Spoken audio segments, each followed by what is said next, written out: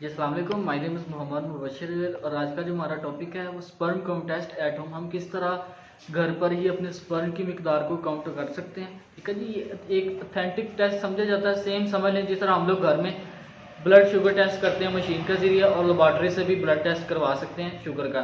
तो इसमें जितना डिफरेंस आता है इतना ही डिफरेंस इसमें लेबॉर्ट्री टेस्ट में और घर पर करने में थोड़ा सा आता है। डिफरेंस तो है मगर काफ़ी हद तक इसे इफेक्टिव समझा जाता है। हमने एक वीडियो पहले भी बनाई थी तो उसमें काफ़ी भाइयों ने कमेंट्स किए थे कि हमें थोड़ी समझ नहीं आ रही ये किस तरह है, ऑब्जर्व कितना करना है। तो आज फिर हम दोबारा बना रहे हैं ताकि थोड़ी डिटेल में हम लोग बता सकते हैं।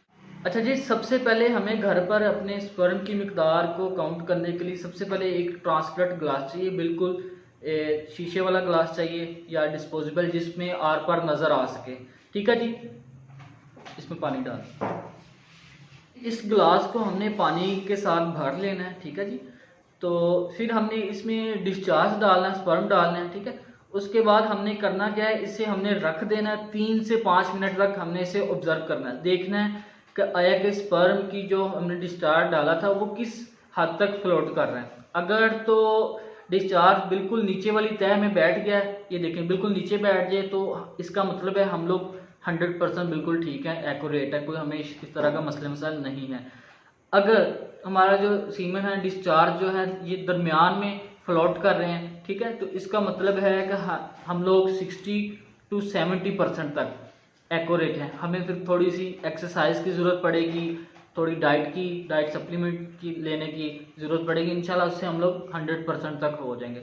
अच्छा जी, थर्ड कंडीशन जो है वो थोड़ी सीवियर कंडीशन आ जाती है। ठीक है जी, अगर 3 से 5 मिनट के बाद जो हमारा डिस्चार्ज है वो बिल्कुल ऊपर वाली तह में फ्लोट कर रहा है, तो इसका मतलब है कि हमें कोई ना कोई इशू है। हमें फिर कंसल्टेंट से रुजू करना पड़ेगा, डॉक्टर को चेक करवाना पड़ेगा। फिर भी उसमें ये नहीं होगा कि इसका मतलब है कि मैं वाकई बीमार हो गया।